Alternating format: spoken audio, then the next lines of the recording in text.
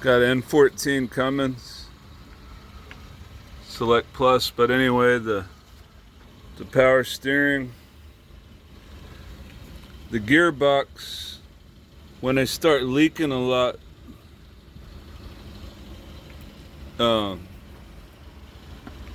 just dump all the fluid out. Just drop the hose and let all the fluid out.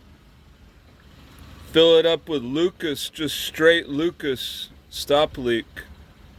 Throw you a couple quarts of that in there, and it stopped mine from leaking.